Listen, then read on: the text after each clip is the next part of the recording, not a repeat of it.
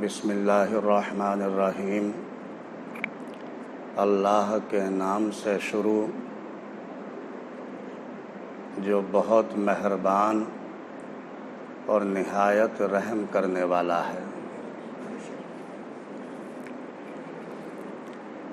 الحمدللہ رب العالمین، تمام تعریف اللہ ہی کے لیے ہے جو رب ہے عالمین کا، خالق و مالک ہے کائنات سارے جہان کا۔ الرحمن الرحیم، جو رحمان بھی ہے اور رحیم بھی ہے۔ مالک یوم الدین، اور مالک ہے یوم جزا کا،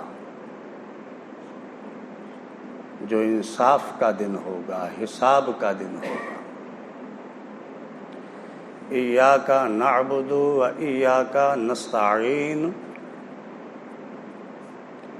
ہم تیری ہی عبادت کرتے ہیں اور تجھ سے ہی مدد چاہتے ہیں۔ ایاک نعبد و ایاک نستعین، ہم تیری ہی عبادت کرتے ہیں اور تجھ سے ہی مدد چاہتے ہیں۔ اہدنا الصراط المستقیم، اور ہمیں سیدھے راستے پر چلا۔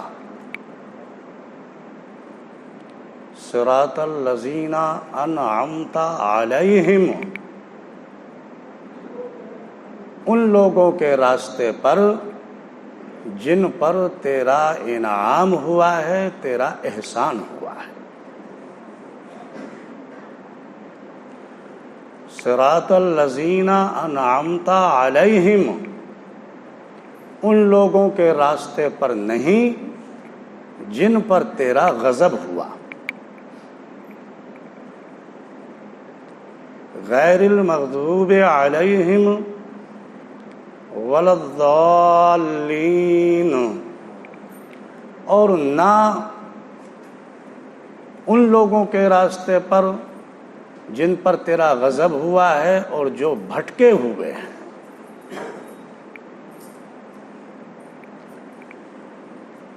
پیارے اسلامی بھائیوں،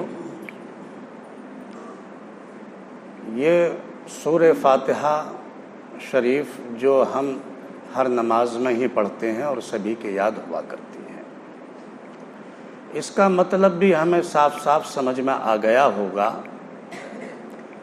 اب ہمیں یہ تلاش کرنا ہے کہ اللہ تعالیٰ کا انعام کن پر ہوا ہے کہ صراط الذین انعمت علیہم اہدنا الصراط المستقیم، چلا ہم کو سیدھے راستے پر۔ صراط الذین انعمت علیہم، ان لوگوں کے راستے پر جن پر تیرا انعام اور تیرا احسان ہوا ہے۔ تو یہ کون لوگ ہیں جن پر اللہ کا انعام اور احسان ہوا؟ جو اللہ سے ہم یہی چاہ رہے ہیں کہ ان لوگوں کے راستے پر ہمیں چلا جن پر تیرا انعام ہوا ہے۔ تو پیارے اسلامی بھائیوں، خلیفہ دوم حضرت عمر فاروق اعظم رضی اللہ تعالی عنہ فرماتے ہیں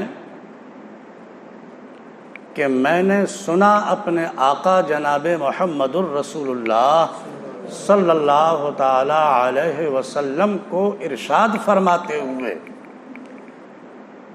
اللہ کے حبیب نے یہ ارشاد فرمایا، صحابہ کرام آپ کے گرد موجود ہیں اور پروانوں کی طرح چاروں طرف آپ کے بیٹھے ہوئے ہیں، اور حضور شمع کی طرح ان سب کے درمیان میں موجود ہیں۔ آپ نے اپنے صحابہ سے فرمایا کہ لوگوں، اللہ کی مخلوق میں کچھ لوگ ایسے ہیں، اللہ کے بندوں میں اللہ کے بندے کچھ ایسے بندے ہیں جو وہ انبیاء اور شہداء تو نہیں ہیں، مگر انبیاء اور شہداء بھی ان کے مرتبوں پر رشک کریں گے. یعنی اللہ کے اتنے قریب ہوں گے وہ بندے کہ ان کو دیکھ کر، ان کے مرتبوں کو جان کر انبیاء اور شہداء بھی رشک کریں گے، جبکہ وہ انبیاء اور شہداء تو نہیں ہیں. جب آپ نے یہ ارشاد فرمایا تو صحابہ کرام نے عرض کیا کہ یا رسول اللہ، یا حبیب اللہ، آپ اس کا خلاصہ فرما دیجئے کہ وہ کون لوگ ہوں گے. تو آپ نے ارشاد فرمایا کہ سنو، وہ بغیر کسی دنیاوی تعلقات کے اور بغیر کسی قرابت داری کے ان پر اللہ کی رحمت اتنی ہوگی کہ وہ اللہ کے بندوں میں محبوب ہوں گے. ہم ذرا سمجھیں، بھائی قرابت داری کے لحاظ سے تو عزت کر ہی لیا کرتے ہیں کہ بھائی میرے خاندان کا آدمی ہے، میرا بڑا قریبی ہے، یا میرے تعلقات ہیں. اس تعلقات کی بنیاد پر تو انسان ایک دوسرے کو اپنا محبوب بتا ہی دیتا ہے اور عزت کر ہی لیتا ہے. لیکن سرکار ارشاد فرما رہے ہیں کہ وہ اللہ کے بندے وہ بندے ہوں گے جو بغیر کسی قرابت داری کے اور بغیر کسی دنیاوی تعلقات کے اللہ کی رحمت سے اتنی رحمت ہوگی ان کے اوپر کہ وہ اللہ کی رحمت سے دنیا میں، اللہ کی مخلوق میں، اللہ کے بندوں میں وہ محبوب ہوں گے. اور پھر آپ نے کلام الہی کی یہ آیت تلاوت فرمائی، الا ان اولیاء اللہ لا خوف علیہم ولا هم یحزنون، جس کا مطلب ہے کہ وہ ایسے بندے ہوں گے اللہ کے کہ انہیں کوئی خوف نہیں ہوگا اور نہ ہی کوئی انہیں غم ہوگا. الا ان اولیاء اللہ لا خوف علیہم ولا هم یحزنون، بے شک اللہ کے ولیوں کو کوئی خوف اور کوئی غم نہیں ہے. پیارے اسلامی بھائیوں، اسی آیت کی تلاوت ہم نے پچھلے خطبے میں بھی کی تھی، اور جو ہم سمجھنے کی کوشش کر رہے تھے وہ یہ جاننے کی کوشش کر رہے تھے کہ ولی کون ہوتا ہے، ولی کا مطلب کیا ہے. چونکہ اکثر لوگوں کے ذہن میں یہ بات بیٹھی ہوئی ہے کہ دنیا سے چلے جانے کے بعد ہی شاید ولی ہوتے ہیں. کیا یاد رکھو، جب سے دنیا قائم ہے ولایت کا سلسلہ بھی اسی وقت سے جاری ہے، اور جب تک دنیا رہے گی ولایت کا سلسلہ جاری رہے گا.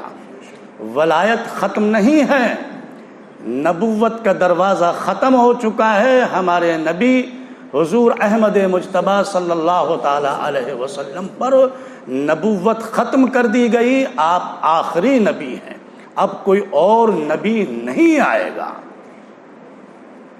لیکن ولایت کا دروازہ ختم نہیں ہے، ولایت رہتی دنیا تک جاری رہے گی.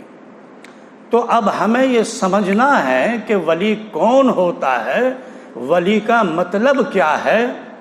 تو پیارے اسلامی بھائیوں، لفظ ولی کی اصل ولا ہے، اور ولی کا معنی جو ہے وہ قرب اور نصرت کے ہے،